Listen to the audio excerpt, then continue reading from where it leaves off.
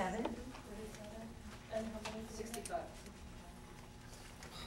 May I add that we also have an athletic coordinator, but we do not have an athletic director, per Yes, se? we covered that over the athletic. Right, yes, but thank that's you. part of administration also. Something could be looked at. Teachers, aides, assistants. You have 10 teaching assistants? I didn't count ours. I want to say we have at least 14, at least. And ours are all TAs. We no longer have any aides. Same with Same. Do you have any interpreters? Okay, we have a full-time interpreter. How about your speech person? We use BOCES for speech, OT, school psychologists, all of those types of roles are BOCES. Are they 100%? No, depending on which one it is. Some are, some aren't. We also use BOCES for a part-time art person for our elementary. We do have one person full-time in art, but Okay. We do have our own OT full-time. We do our PT through North Coast. They're here approximately 3 days a week. We have a full-time speech person and a half-time, about 60% speech and language. We have a somewhat large hearing impaired population in our district, which requires us to have the other, and we have a couple of one-to-one monitors, aides, assistants, I should say, required. And we currently have 3 self-contained special ed rooms, 2 1511s, and 3 research rooms.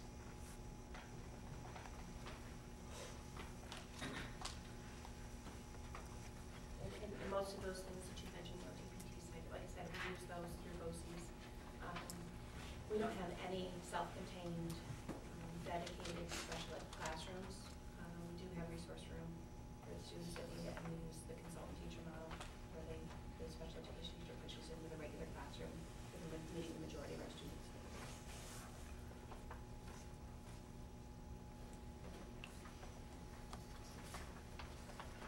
Anything else there? Okay. We'll move on to instruction. Oh, so can we just back I'm sorry. 1 second? On administrative, you're back to ask the same question I usually do, but how many of these positions is it feasible to use in both schools? Is there any positions, because I know with the special ed, it changes all the time, as I've seen, but is there any resources there that could be used between 2 different schools, in your opinion? Depends on the year, and the caseloads. As I said, we participate with BOCES. We don't have dedicated full-time district employees of our own. And I'm assuming, I wasn't here at the time, but I'm assuming they went to that model because of the fluctuation of need from year to year. You can't guarantee you're gonna need a full-time, OT person every single year. If you do it through BOCES, then you can put in a request for the amount of time that you know you're going to need based upon the students that you have currently that year. You can plan for the next year. So we've kind of already moved to the BOCES model for that. I'm not saying that doesn't mean that there could be things year to year that we could have conversation about that. That's good, thank you. We just historically too, our CSE person currently right now is the half-time school psychologist, which we then hire out the services of a individual to do psychologicals. So she does all new ones, he does all existing and triennials. The other thing, I can't imagine at this point, we're 21% special ed population, which is well above the state percentage. So we, as far as special ed and those services and our providers, speech, OT, I can't imagine that we, would ever go below 100% at this point. I'd like to think that that's, ultimately possible. It seems like we're always looking for those people to add rather than interact. We run about 12-13%. We were actually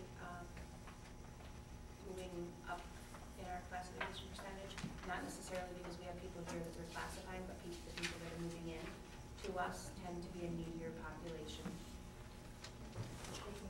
We, when you get 25 students move in this school year, for example, and I think 14 of them were special needs, it's very difficult, and I think it seems to be the plague of every district, because that's what we always thought it was just us until we talk around the table. But those are the populations who tend to move frequently. We have, I believe of the students that we've had move in, it's a very high percentage, I want to say 75% actually filled out completed the paperwork and have been designated as homeless as well under the McKinney-Vento regulations. So the people that we are getting it's a very needy population.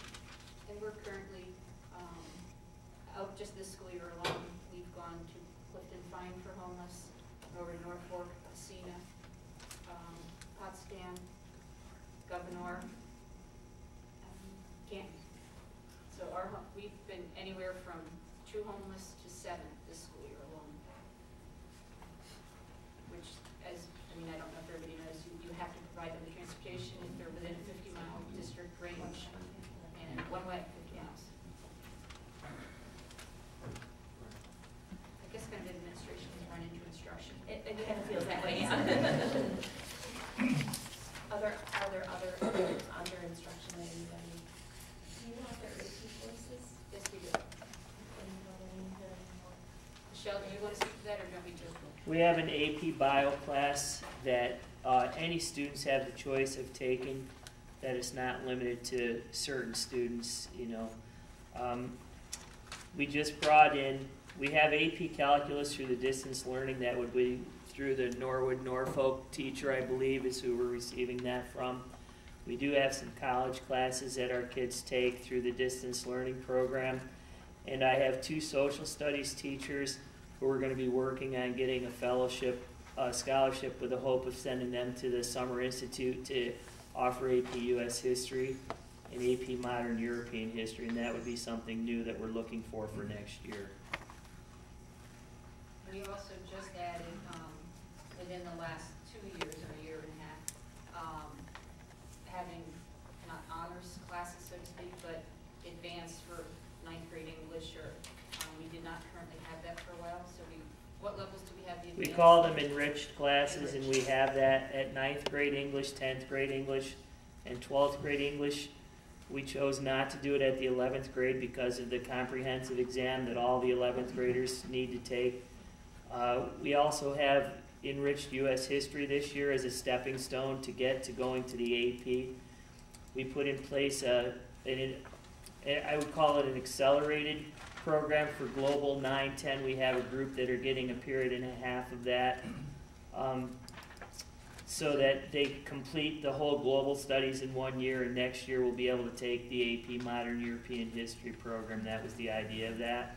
And these are some of the same kids who are accelerated in science or math in 7th and 8th grade, so that 9th grade became a year where they really didn't have an accelerated class, and this is the one that we chose to continue accelerating kids. But that actually was done this year by teacher selection, because there needed to be a certain level of maturity and dedication, work ethic in order to be successful, and we didn't really want just anyone. But those same kids that were borderline, that maybe could have been in the AP or in the accelerated global if they were more mature, we're hoping by the time they're juniors will be ready for the AP US History, so that they would still have an opportunity to get an AP course. And actually, if they have not taken AP Modern European History as 10th graders, it could be an elective that they take as seniors also. So it all kind of gives them the opportunity. It's just who was ready at what time. We also, Michelle kind of mentioned some of this, one of our teachers teaches through Paul Smith here. He has been online via availability. So he has Actually, we have 2 that are doing that this year, because Mr. Remington is teaching the accounting class that the kids can choose to get college credit from Paul Smith, and Miss Shields' college algebra class was added this year as an opportunity to get college credit through Paul Smith also. And they are extremely affordable through Paul Smith. And they will work with any of the teachers in the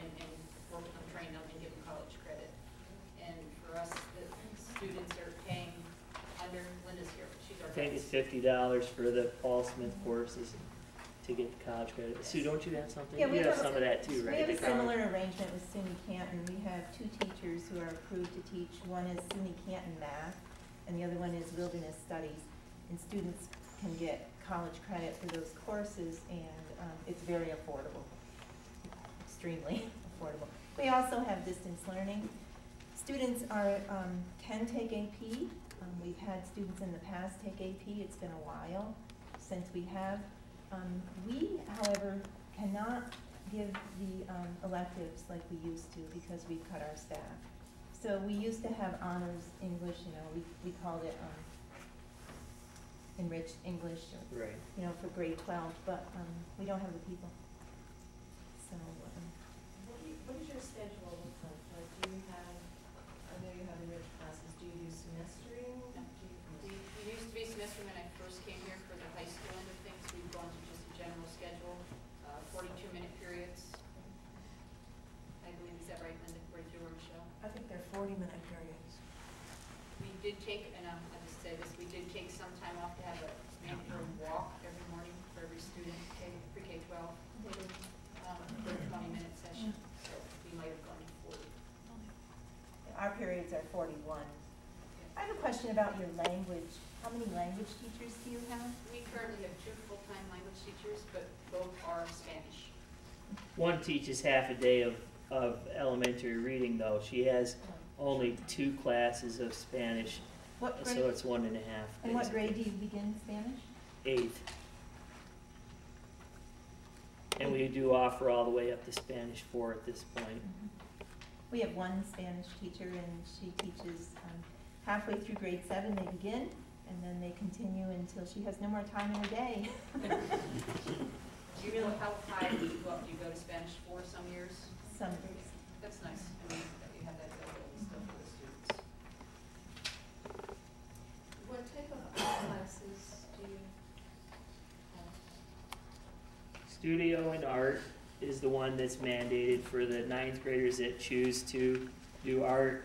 Then Linda, you're gonna help me with some of these. We do have digital photography. We switched from photography to digital photography this year. We have drawing and painting.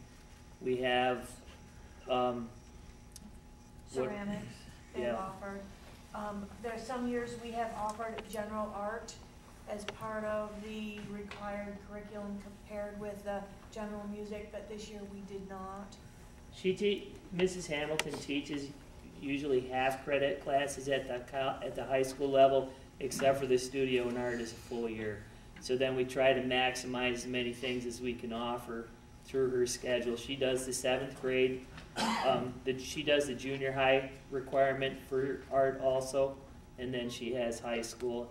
We do have DDP offered through our art teacher, but we haven't had any kids express interest yet this year, so that will, design, And drawing, design, production. She also has offered at times as needed a portfolio development program for students who are wanting to study art in college. They need to create a portfolio, and so she's done that as a half-credit elective course for them. We do have an accepted 1.8 art teachers. Yes. And they're yours. They're ours. Question, can a portfolio program be shared with 2 different schools, or Spanish groups, can that be shared between 2 different schools? That's possible? I think it's possible. The logistics would be interesting to look out. We'd have to, change both of our schedules to make it one. It'd have to be timing-wise consistent. Obviously, there's not enough time in the day for students to travel to either building for one period, so we'd have to arrange something via distance learning. But I'm seeing But that some of the it's not classes, impossible. some of the classes are a bit like drivers that could be shared. Art could be shared, Spanish could be shared. So there is programs that we can look at. Absolutely. Some of these programs could be shared online. See, that's the problem. I don't know how we can share. I just have to say one thing. I'm texting to the athletic director about our basketball meeting this afternoon. So everything I just not because we're trying to decide if we're having it or not. In art class, I think would be a challenge because so much of it is hands-on. I mean, your material are in front of you. You could tell somebody how to do something, but sometimes you need modeling. Art, I think, would be challenging. Oh, looks like Some of that. the more straight curricular areas, absolutely. And like, I don't know if we can share from just one school to the other over the DL. I don't know that that's a possibility. I'm not a technical person, so. But Linda, yeah, she knows. There is some sharing. Actually, our distance learning room is used pretty frequently during the day. Right now, our business teacher, Mr. Remington, offers a lot of business courses as elective courses for other schools. And he does teach sometimes to one school or 2 schools or 3 schools. So there are a lot of his business electives. There are management courses and computer courses, those kinds of things that lend themselves to that space. So we are doing that, not necessarily just to Clifton-Fine, although Clifton-Fine has the option to take those courses because they're part of that distance learning community, but to a large group of, I think he does 2 a semester maybe, or 3 a semester. Our biggest challenge with distance learning is the scheduling. Our students always have to miss the end of one class and be late to the beginning of another class because of the difficulty of adjusting all those schedules throughout the county. So if there was one thing we could do, is if we could, come to some sort of agreement about a normal school day for all the schools, or for the schools who are going to share, it would be so much better.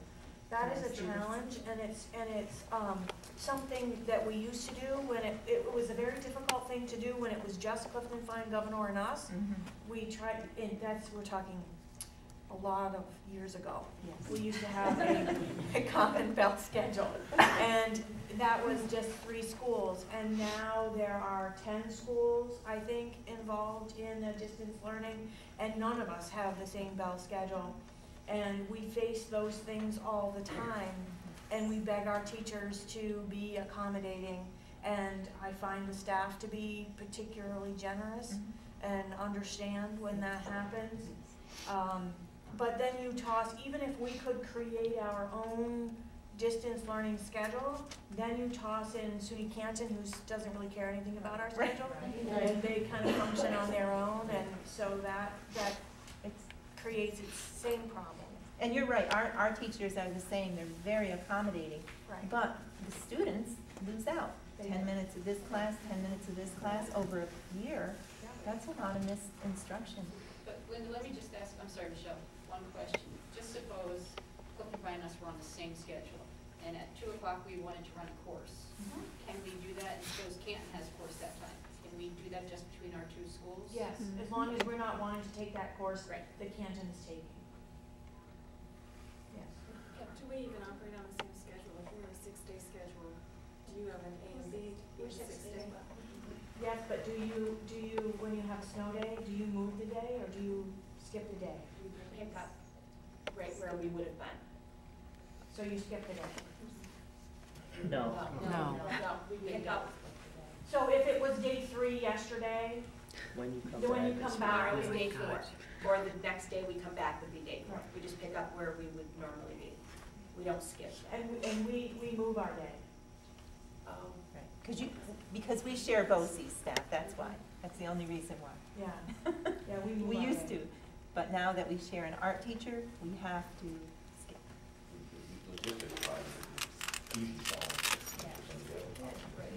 Right.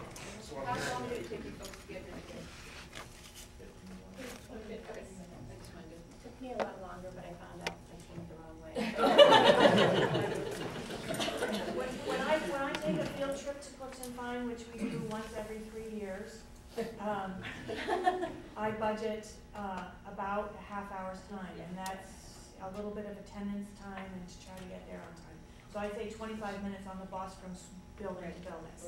One of the things I want to point out, and Linda, you can push into this, we do college visits, which we've opened up to other schools right now for your students to be able to visit colleges. If you want to tell how many you did and what schools you shared with.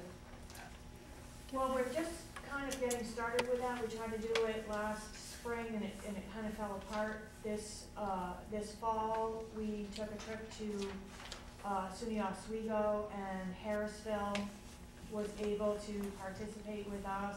That worked out. The busing was easy because we went from here and picked up at Harrisville and went to Oswego and dropped them off and came back, so we didn't have that busing issue. Harrisville is trying to reciprocate in that they're trying to do a SUNY Plattsburgh trip and is offering for us to pick that up, and maybe also Clifton-Fine, I'm not sure. We have a tendency, the three of us, to work together on things when we can. So we're hoping to make that work as well. And I have such a small group of students who can go when I'm taking a bus. I like to try and offer those opportunities to those students. The only restriction I've been given is that I need to have a staff member from that other school go with those students. And so as long, and they can be long. Like, we leave sometimes before school starts and are back long after school is out, especially when we're traveling to a place like Oswego, so that person has to be committed to the extended day. But we do a number of college visits as well. We don't, to my knowledge, we haven't gone any place that's required us to be gone far after the school day ends. Right. But we do Paul Smith's, we do SUNY Canton and Potsdam, and all the regional ones. We do take all of the Tracy's fantastic. She takes all the kids out to do a visit at different things, trying to encourage them and get them interested in that. So I think we all know for many of our students, if we don't take them out of the county, they will not go out of the county. Their parents won't drive them there. I would say, I don't know how many of our kids go to colleges sight unseen, which does not add to success rate in college. Can I ask a quick question on this bell schedule? How much work would that be for, I know there's a lot of other factors that come into play that I'm not aware of, but to change the bell schedule so the students aren't missing 10 minutes of this class, 10 minutes of the next class. How much work is that to change so that would be more feasible? You'd have to look at your contracts of both districts, because typically there is some contractual language that talks about the school day. Some dictate specific amounts of minutes in a period, some dictate start time, end time, duration. So you have to open that up and compare the two to see, are we similar, are we different, and then take it back to your units to get their input and approval potentially. That's the main hurdle you see? I think I see one other for us, at least, and I'm sure it will impact you as well.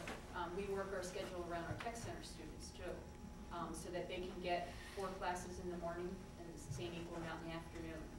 So that's something, the transportation part of it. But I see everybody sitting in the same room. BOCES is here. Both schools are here. I'm just trying to figure out what outside factors are that I'm not aware of. Contract was a good point. Contract is a major. You probably said this earlier. Are you both on single bus runs, K-12 bus Yes. runs? Okay, so one of your major impediments is remove then, because I know when you were talking about DL, we could never get the bigger schools that have multiple buildings and multiple bus runs on the same schedule as the smaller districts typically, that had single bus runs. Well, I'm going with the idea that we can just do from one school to the next. That's basically what I was talking about. Sharing Spanish, and it's 2 schools, and we don't have to incorporate outside factors. I mean, we could definitely have some conversation. We could just take some conversation. We have 2 people. Michelle, you had something to add? Yeah, in my brain, I've kind of run through the idea that if we were to hook busing for our Southwest Tech students, could we also look at scheduling AP classes for the seniors while the Southwest Tech kids go to Southwest Tech, and that some of the Clifton-Fine students who would want to be in those AP courses could actually get connected and end up in our building, and the Southwest Tech kids end up in Southwest Tech, if that would ever be an option. And into the afternoon when our juniors go, then we would try to schedule our AP US History in the afternoon as a possibility. And I don't know if that's the best answer or scenario, but it's a thought to put out there. You might also be looking at some cross-registration of general courses while they're here. I mean, in order to make a full afternoon. Full part of the day, yes. But Linda had her hand up too. The other thing about the DL and sharing staff on the distance learning is, some districts have language in their contracts, the teacher's contract, about what they can be asked to do and that, so. Yes, and the DL, for example, cannot eliminate a position or eliminate a person. Yes, yes, absolutely. Each district's language is different. One of the things that just comes to my mind immediately, some of the things that you just said, questions that I guess we would need to ask and find answers for would be student accountability as far as the testing, things like that, and figuring out whose student are they. You know, if it's your teachers teaching them, but they live in our district, but it's a Regents result, whose school report card do those results end up on? Things like that. Are we gonna look at dual enrollment? Does the student remain Clifton-Fine student, comes here, or remains EK student but goes there for whatever reason? There could be some, you know, I'm just looking at the paperwork and reporting end of it. Well, there are also some of the more contentious things, I think, for parent to consider. Parents and community would need to be a very big part of this as well. Some parents may not want that. Tom, can you elaborate on that? Can you elaborate on her concern with what she was talking about, the student being here, is it our student, our student? Yeah, I mean, you've got some complexities that would have to be figured out, and I will tell you honestly, state ed hasn't figured all of those things out, which is why we're at, you know, the juncture we're at with the teacher principal evaluations. The state has not delivered their data system in terms of how they're going to report that information back to the districts so that they can then factor that information into teacher evaluation scores. So those are the kinds of details we don't have yet. Could we do it? Yeah, I'm sure we could, but we're kind of waiting on them to provide some of those data sets. Pretty much so. I have a thought or a question. If you're looking down the road, could you almost put a process together that it would look like one large district with two campuses? I mean, hypothetically speaking. So you kind of, you resolve some of those issues of who report card it is, or, and you have just two remote campuses basically. more of a regional high school model.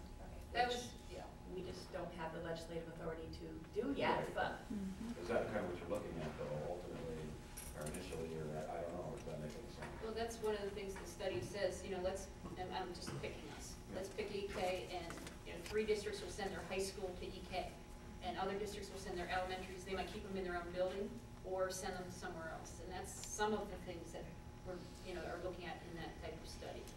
The regional high school is more being looked at than regional elementaries because of the course offerings. I think a major misconception that people have about the traditional merger is a lot of people think you have to shutter both buildings and build a brand new school somewhere in between. That's not required. I think state ed would approve, what I've been told is that state ed would approve a merger if you were sharing, for example, your high school students only. So it's possible that buildings stay where they are, that elementary students stay where they are, et cetera. But all the other requirements of a merger would have to be met. One board, one superintendent, one set of policies, et cetera. So, you know, we're trying to wade through all of that. As Denise pointed out, there are bills floating around the legislature to empower regional high schools. They're not approved by the legislature yet. And, you know, when you look at the traditional mergers, there's no doubt that it would help your taxpayers in the short term. There's not a lot of research on this. There's a Syracuse University study that really implies that, you know, you will be able to save staff and save programs and reduce your tax impact for about 10 years. And I think EK has experienced this where, you know, the incentive aid is there for 14 years. So you cruise along pretty good up until year 9, 10, 11, and then the incentive aid starts tapering off, and then you go through the whole dance again. Then you have to start cutting expenditures, reducing staff, et cetera. And sometimes that's a tough pill for the community to swallow because they say, hey, we voted for this 10 years ago, and we thought it was going to be a cure-all, and maybe 15 or 20 years down the road. Now, you've saved yourselves, no doubt, and you've saved programs and you've saved a lot of good things for kids, but from a state spending perspective, you're 20 years down the road, and you have a maybe slightly larger yet still underfunded district, and you're back to where you were. And I have to say, for our district, I mean, the board that had the hindsight to merge us when they did back in the 80s, we probably wouldn't be where we are right now if we hadn't merged financially, size-wise, teacher-wise, staff-wise. You know, I think we definitely saw the tax benefits for a good 9 to 10 years, but we still currently are one of the lowest tax bases in St. Lawrence County. Is that the merger? I can't just say that, but did that help us? Yes, it has. But, you know, when we're talking merging, and that's where I think so many people think merging's everything. It's not, you know, and we can merge this much or everything eventually. There's no real big, all-encompassing cost model that gives us a good answer, whether this is really good for the. Not really. The Duncombe, Bill Duncombe at Syracuse did that one study, and you know, again, it tends to imply that if you consider the state incentive aid that comes from the state general fund, that you've actually spent more. It's weird because you do reduce your local tax impact, but you probably spend more total dollars over that period. I'm looking at the schools, Tom, that you know of that are sitting down talking. I know 4 myself, but you must know more of that, right? Yeah, Colton and Parrishville, Rich, are having these same kinds of discussions. Your 2 districts, and in the past 3 years, Madrid and Lisbon have had several of these meetings. Rich, I just, because Denise brought her copy of the consolidation study, I just threw this back at the superintendents last week. I know they're all busy with race to the top with your own local budgets, but I really think we have to dust this study off and take another look at it. We're developing some committees amongst the schools to look at some of the recommendations because, you know, every district is in the same situation, Rich, which to varying degrees, but you're all in this situation where within a few years, you're going to significantly deplete your reserves and your fund balance, or you're going to cut programs and staff.